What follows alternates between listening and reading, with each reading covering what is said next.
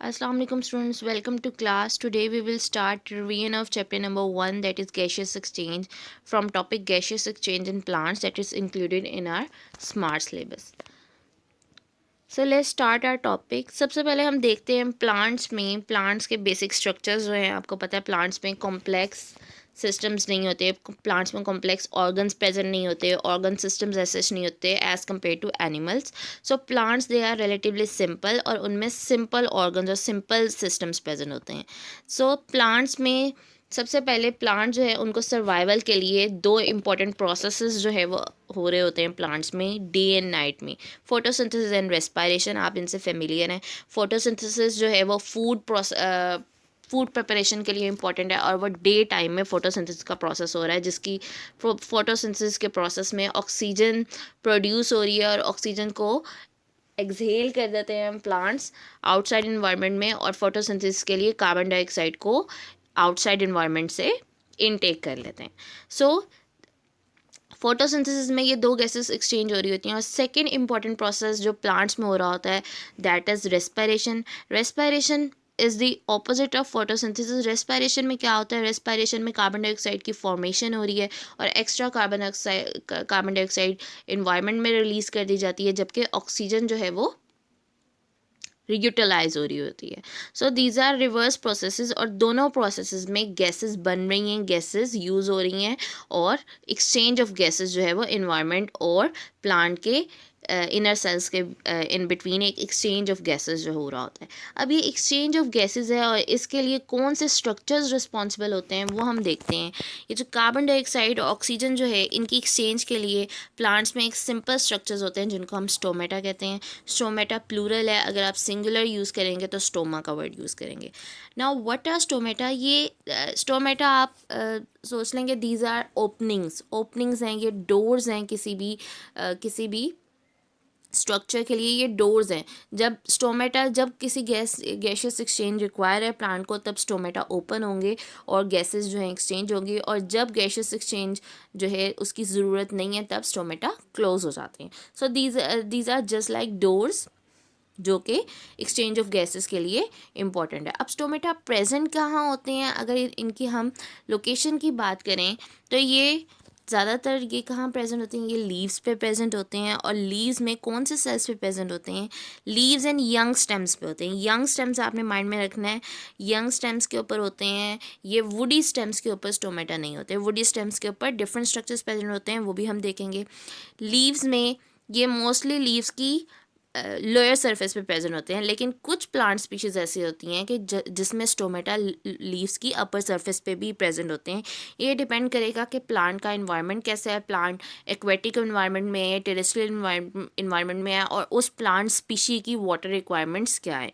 ये सब चीज़ें उस पर डिपेंड करती हैं.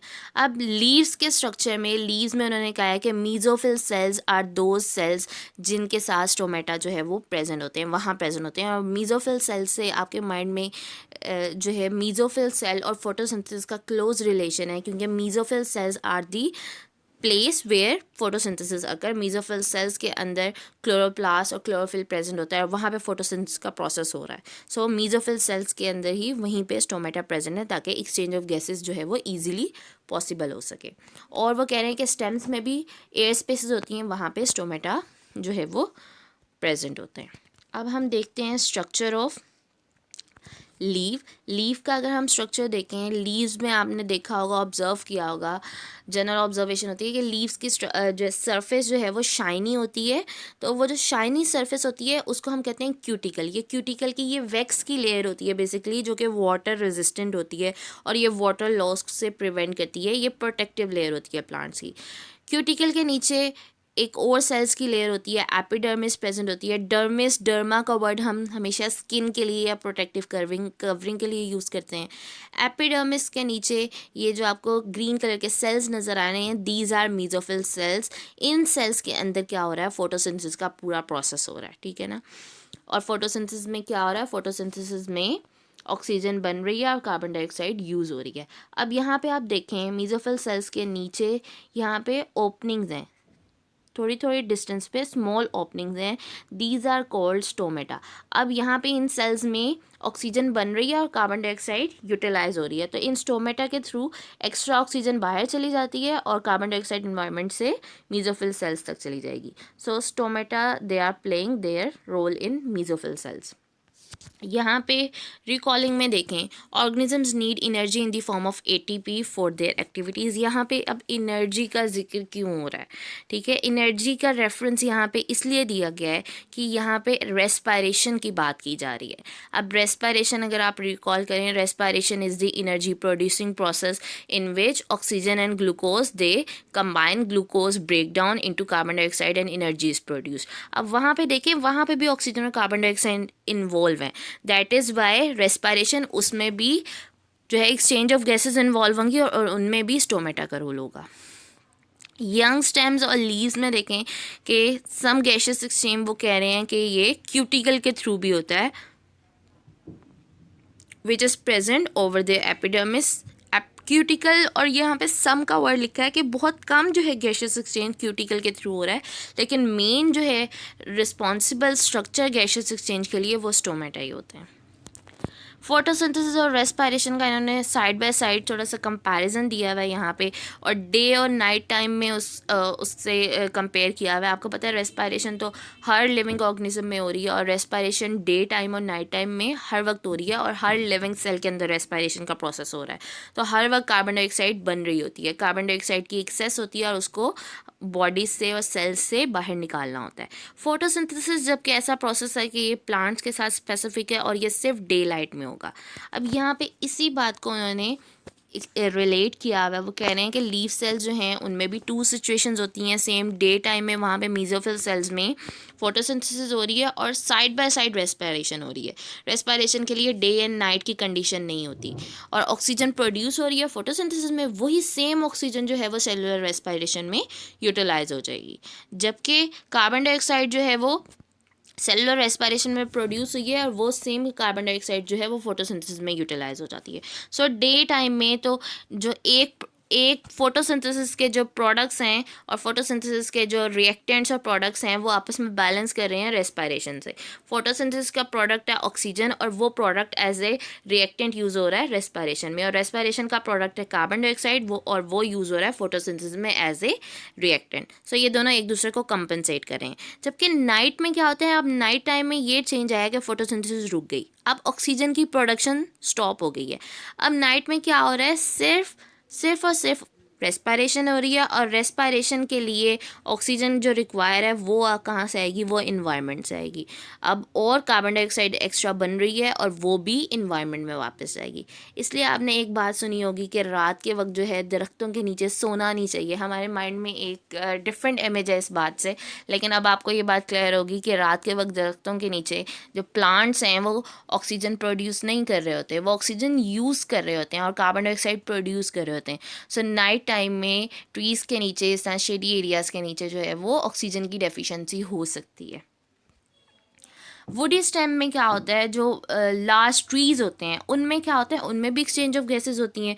उनमें लीव्स के सरफेस पे तो इसी तरह जो है स्टोमेटा प्रेजेंट होंगे, लेकिन जो स्टेम्स हैं, वुडी स्टेम है, वहाँ पे स्टोमेटा की तरह के स्ट्रक्चर्स प्रेजेंट होते हैं जिनको हम कहते हैं लेंटिसेल्स। अब लेंटिसेल्स क्या होता है, ये बहुत इंपॉर्टेंट शॉर्ट क्वेश्चन है। Differentiate between stomata and lenticels, यहाँ पे 2-3 पॉइंट्स हैं वो आप अपने माइंड में रखें। स्टोमेटा, पहले तो फर्स्ट पॉइंट जो है इनकी लोकेशन का आ गया है, stomata they are present on leaves and young stems, जबकि लेंटिसेल्स में अभी मैंने आपको बताया they are present on woody stem, ठीक है।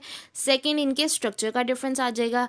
Stomata they are composed of guard cells, where as lenticels they do not have any guard cells. Stomata they are holes or openings in mesophyll cells, whereas lenticels they are slightly raised from the surface.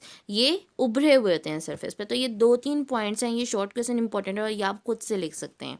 अब वो कह रहे हैं function lenticels और stomata दोनों का same है। Lenticels भी अलाउ करते हैं एक्सचेंज ऑफ गैसेस को, गैसेस सिंपल डिफ्यूजन के थ्रू जो है वो जनरल सरफेस से, और ये यंग रूट्स पे भी प्रेजेंट होते हैं लेंटिसेल्स, ठीक है। Gases are found in the soil surrounding the roots, और रूट्स में क्या है, रूट्स में 2 मीडियम हो जाएंगे, रूट्स के अंदर जो सेल्स प्रेजेंट है और रूट्स की सराउंडिंग सॉइल, वहाँ से गैसेस एक्सचेंज हो रहा है। एक्वेटिक प्लांट्स के बारे में देखें, एक्वेटिक प्लांट्स में जो है ऑक्सीजन जो है वो वाटर में डिज़ोल्व होती है और कार्बन डाइऑक्साइड भी डिज़ोल्व जो है वो वाटर में रिलीज़ कर दी जाएगी। तो एक्वेटिक प्लांट्स में दो मीडियम जो हैं वो cells and dissolve oxygen in water होगी। सो ये इस तरह के पॉइंट जो हैं लेंटिसेल्स और स्टोमेटा का इंपॉर्टेंट है यहाँ पे, और ये एक्वेटिक प्लांट्स में ये ऑब्जेक्टिव के लिए इंपॉर्टेंट होता है। यहाँ पे लेंटिसेल्स का स्ट्रक्चर भी दिखाया हुआ है, यहाँ पे एक वुडी स्टेम है और यहाँ पे ये देखें ये इसको एनलार्ज करके दिखाया हुआ है और ये भी एक तरह से ओपनिंग है जिस तरह की स्टोमेटा की होती है। तो इसका भी सेम पर्पज़ है। Lenticels are slightly more raise than the general surface of the stem.